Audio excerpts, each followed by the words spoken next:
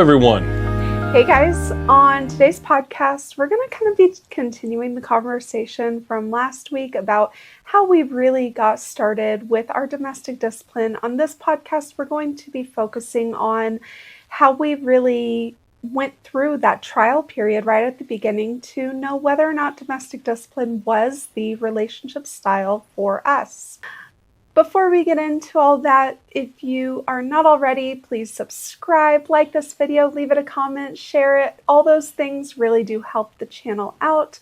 If you want to support what we're doing even further, get bonus content, access to our Discord server, a link to join our Patreon is down below. If you caught our last podcast, you will know that I brought the subject of domestic discipline to Coda. I gave him some resources, and then he took some time to do his own research before deciding that this was something that we could try in our relationship. So once we decided that we were going to try domestic discipline, we didn't just jump right into the deep end with like, okay, this is the way things are going to be forever. Thank goodness. We really did want to give ourselves the ability to kind of try it out, see if this was something that was going to work for us. At that point, we kind of was like, okay, let's just try it. Let's just see how this feels. Let's try it on for size. Tipped our toe in. Yeah. Is what we did. We didn't jump in, I don't think, even into the pool. For sure. And so, yeah, we wanted kind of a period where either one of us could just put the brakes on and be like, no, this is absolutely not going to work.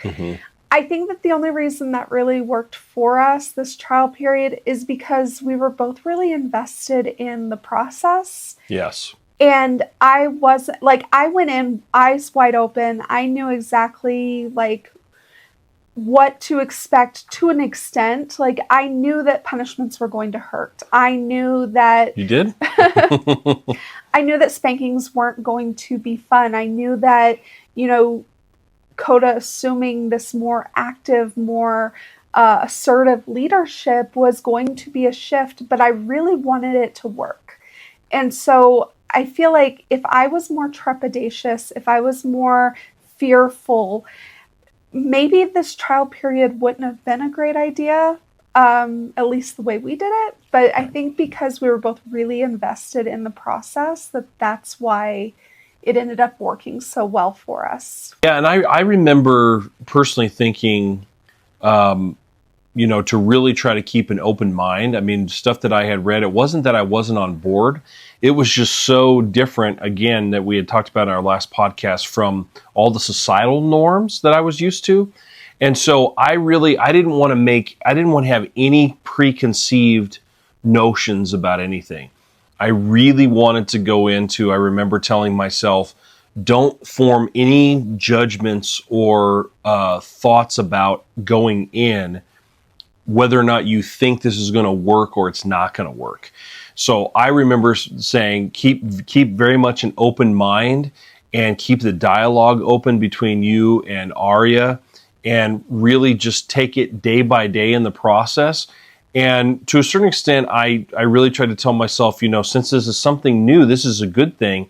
So don't be afraid of that. Actually enjoy that process. Actually be excited about where this could go each day. And I can tell you, you had just mentioned about, punishment was going to be not fun, things like that.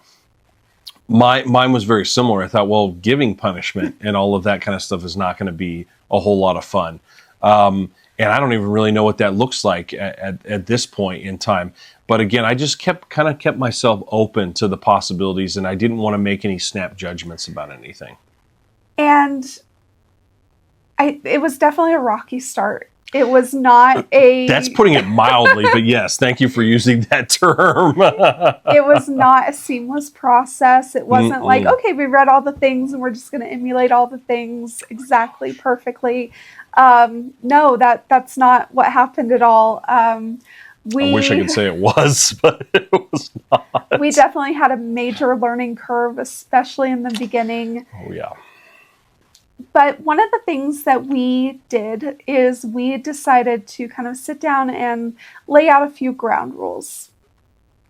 We knew that in order to have like a punishment structure, in order to have consequences, there had to be rules.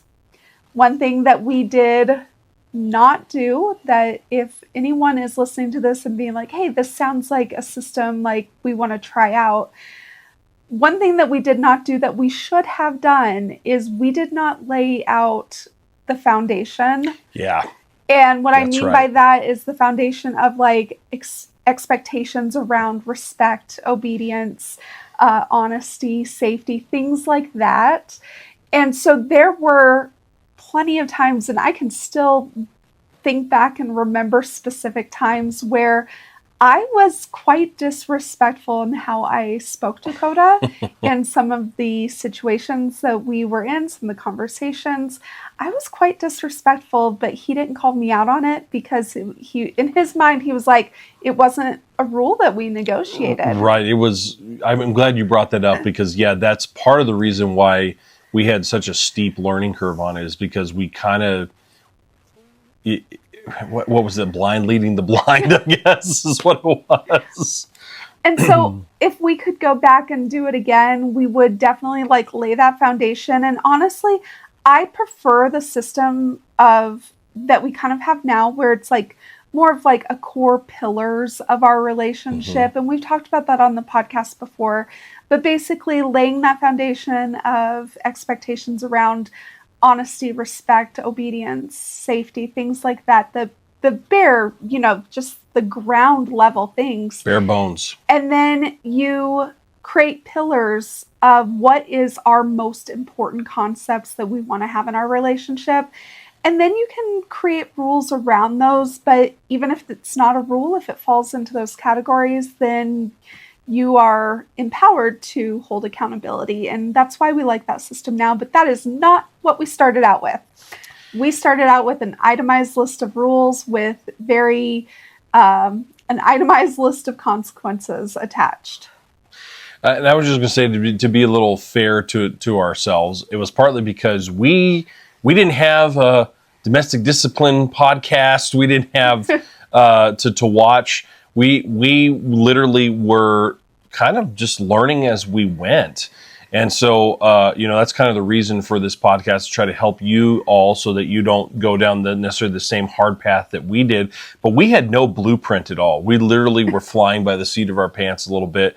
But this was how we were able to learn what's working now. So it wasn't all bad. There were some key blogs that I was reading that I was giving Coda to read. At that point, he was working a lot, and so he didn't have a lot of time to read things that weren't helpful. So he was really depending on me to pass along helpful information to him. So, and again, I linked that in our last podcast. I'll link it again. The blog that we used, still active. That's awesome. I did not know that. That's really cool.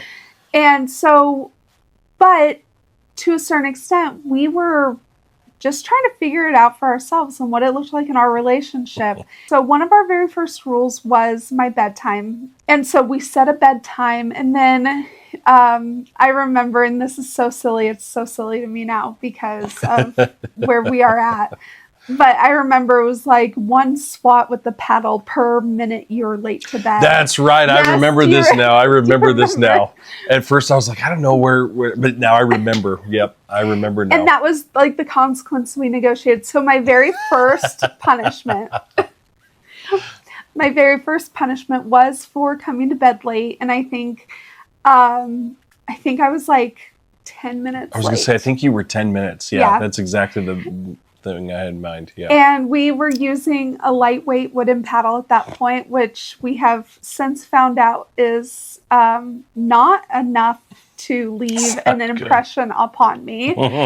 And so he gave me the 10 swats, and I kind of felt like, oh, was that it? I feel so sorry for what I've done.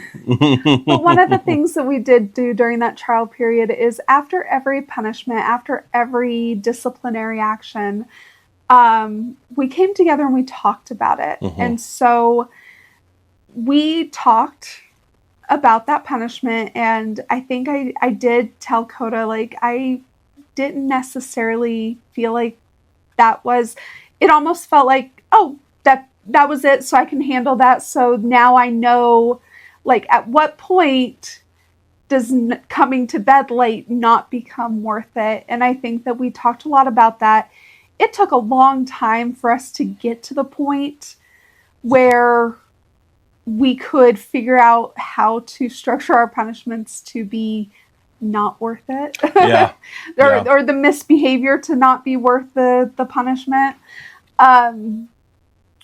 And so that was a learning process in and of itself. But we Definitely did talk about it, and I was able to express to Coda, like, look, this didn't seem like it was really worth it. So the next system we went to was that we would kind of like save up punishments so that it would be a longer punishment, but we didn't change how it was structured. We just kind of was like, okay, once a week, you'll be punished once a week and kind of like pay the piper all at one time. And that didn't really work either. And so we did that. I think we did that for like 2 weeks in a row. We were like, no, that's not going to work. Yep. A lot of trial and error. A lot of trial and error. And so all that to say, we finally got to a point where we are now, but that took a long, long time. I'm trying to remember back and just kind of isolate that first 30 days.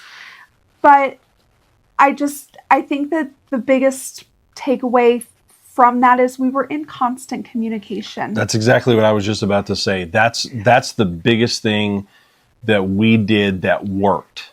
Even though all this other stuff was not working and we had to constantly go back to the drawing board. We want to encourage you all who maybe are feeling discouraged, who are at that point right now. And maybe it's not even at the beginning of your domestic discipline relationship, but wherever you are, the key piece here is that you haven't failed.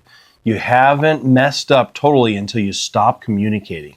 The communication was the key. We constantly talked, we constantly checked in, and we constantly were trying to figure out ways and talking to each other about how to make these little tweaks or the things that we needed to do in order to fix the problems that we wanted solutions to. Do you think that that's probably a fair way to say it? Oh, yeah. We were in constant communication. Again, after every punishment, we would come together and Coda would say, was that effective? Was it too harsh? Was it not harsh enough? Now, because he was... I would say that Coda started his journey as a head of household and as a disciplinarian with a little bit of apprehension. Oh, yeah. Yeah, that's a great word for it. Absolutely. And so he tended to lean into leniency, into being too soft. Mm-hmm. And so it was a lot of me being self-aware enough to say, you could take that further. You could go harder. You could, and eventually it was, I can't know the amount of swats that I'm going to get. I can't. Because if I do, then I'm going to be counting. I'm going to be, yes, in those moments, I'm going to be weighing out, is the punishment that I'm going to receive potentially worth exactly what I want to do right now? Because she calculates. She's someone that calculates stuff.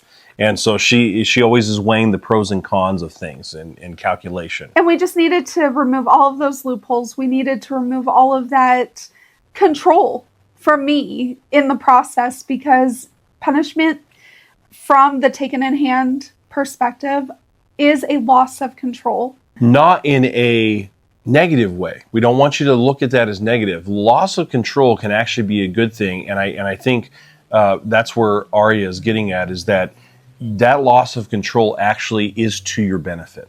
Yeah. But it is something that I need to relinquish that control to Coda so that I can go through the process and be corrected effectively. And I can't do that if I am retaining some semblance of control in the process. Yeah, exactly. And so, but even with all of the mistakes we made, even with all of the rocky start, and even with like Coda maybe not punishing hard enough, being a little too lenient, and with us kind of structuring our rules to be a little too rigid. It's a good word. And the consequences being just not effective. Even with all of that, we came out of it at the end of that 30 days. We came back together and we were like, okay, how do we think that this is going? And it was a net positive. It was like, okay, I know that we're not where we want to be. At that point, we were definitely not where we wanted to be. We knew that we had a long road ahead of us to get to the goal. Yes. But we could see that the structure was a good thing and that it was something that we knew that we could continue to incorporate, continue to grow, continue to develop into a really good relationship structure for us. Remember when you first met, the relationship when you first meet, it just is a little awkward because you're meeting the person for the first time, and there's all these different things that you slowly get more comfortable with in the relationship, that you work through in your relationship, and domestic discipline is no different. So during these trial periods, and even through the years that we've done this, ending up here now, there's been a lot of trial and error. There have been a lot of things that we scrapped, that we've started and then stopped and then started again. We have gone to the drawing board many, many times. But again, I want to re-emphasize the biggest thing that we kept coming back are really two key things. The communication is always key. Never stop communicating and talking about it and trying to work through that. Communication is what is going to help you succeed. And number two, don't forget about why you're doing this. This is the commitment that you've made to one another so that your relationship can get better through domestic discipline for both of you. It's the commitment to your relationship and your commitment to one another and the communication that's going to propel you forward in order to make this work. And that's really what helped us get out of the trial period and not get discouraged, not want to throw in the towel, and to keep pushing forward to get where we are now. We knew right away, that we needed that structure of authority and accountability in our relationship for our relationship to flourish. Again, our relationship was not bad before domestic discipline. Not at all. Not at all. But it was stale. It was starting to stagnate. It was starting to be very much the status quo, very much, kind of like the sitcom relationship. That's actually a good way to describe it. No, that's a great way to describe it. It really was. But I didn't think of that before until you mentioned it. Where we were very individual in our relationship, but we liked each other. And that just wasn't good enough for us. That's not what we wanted. We felt like we were becoming like a lot of relationships where they become roommates rather than soulmates. And we wanted to continue on this road of being soulmates. And the only way we could do that is to come together and establish Coda as the leader, as the head of our household. And the only way that he could really have that leadership was to have a way to hold me accountable to following his lead. Yeah, absolutely. Does that mean that every relationship that has kind of this understanding of the head of household holding authority, does every relationship that recognizes that, do they use discipline? Do they use domestic discipline? No. And that works for them, and that is totally okay. Does that mean that every relationship has to have that authority?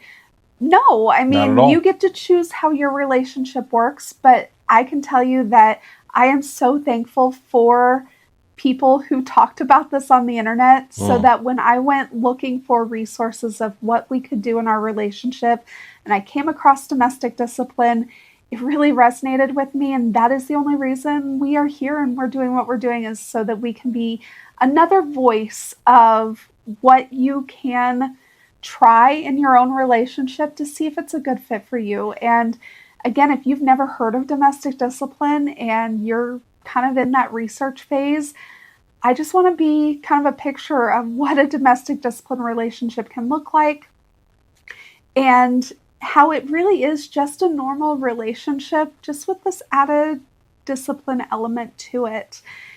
And again, the only reason we use that is because Coda is the leader of our home. He's the head of the household. He makes decisions for the household. And I'm not always perfect at following that lead. And I'm not always great at yielding to those decisions and honoring that authority. And so for us, for him to be able to step in and say, you gave me this authority, you agreed to this relationship structure, so now you're going to have a consequence because you didn't do what you said you were going to do. And it's that accountability that I really needed in my life to become a better wife, to become a better person. The key piece here is that and Arya said it earlier at the beginning of the podcast, we didn't realize that, and it wasn't like it was a huge tornado happening, but that our relationship a little bit was in chaos. And what domestic discipline gave us was order and structure. And because of that order and structure, that organization, if you will, the chaos has stopped.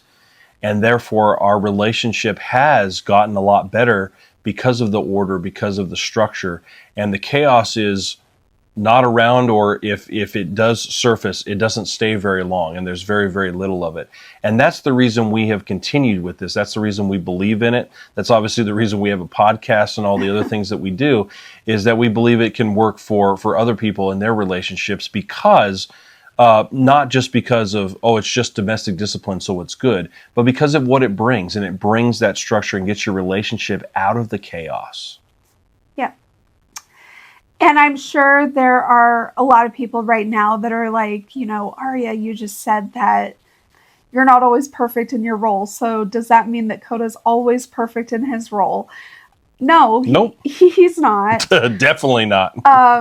He doesn't always make the perfect decision. He doesn't always lead perfectly. He doesn't always step up with the most clear head about things. Nope. I would say he's pretty good about it. Thanks. Thanks. A good, at least I would say 90 to 95% of the time. But not 100% yet, so I got room to grow.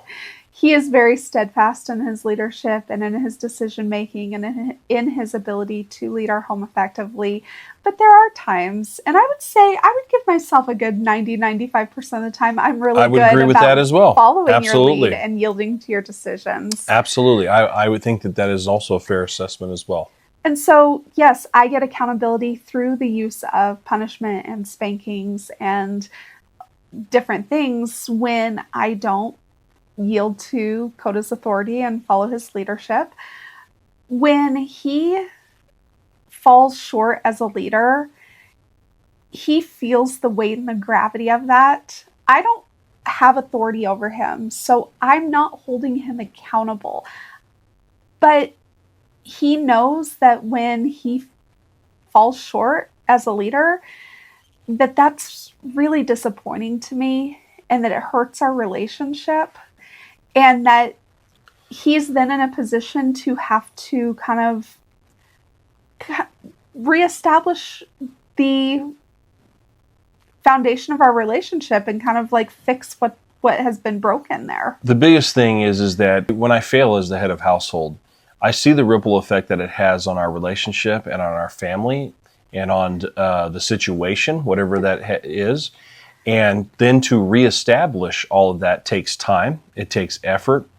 And that's the part that's the hardest as the head of household. So if you're under the impression that when the head of household doesn't quite live up to what he's supposed to do, that there's no consequences that happen. Oh no, there are. He has to reap the consequences of the loss of where the relationship has been wounded, having to work hard to piece that relationship back together, and ultimately try to put the things back into the order that they were, and then try to get that ship moving forward again. And that takes time, that takes effort, and we found that sometimes that can take a few days even. And that's the painful part about it. But the point is to try to do that, to get back on the horse. But the head of household is not exempt from a consequence. I just wanted to like throw that out there because I know so many Yeah, that was times good. we get those comments of like, well, what happens to the head of household? They're human too. They're not perfect. And you're absolutely right. They're not. But I think that a man who is stepping up to lead his home, that's assuming that role of head of household, is doing so with an understanding of the responsibility that that carries, and is doing so with a level of kind of understanding about what that role entails. And so the rate of falling short is not as high as you would think.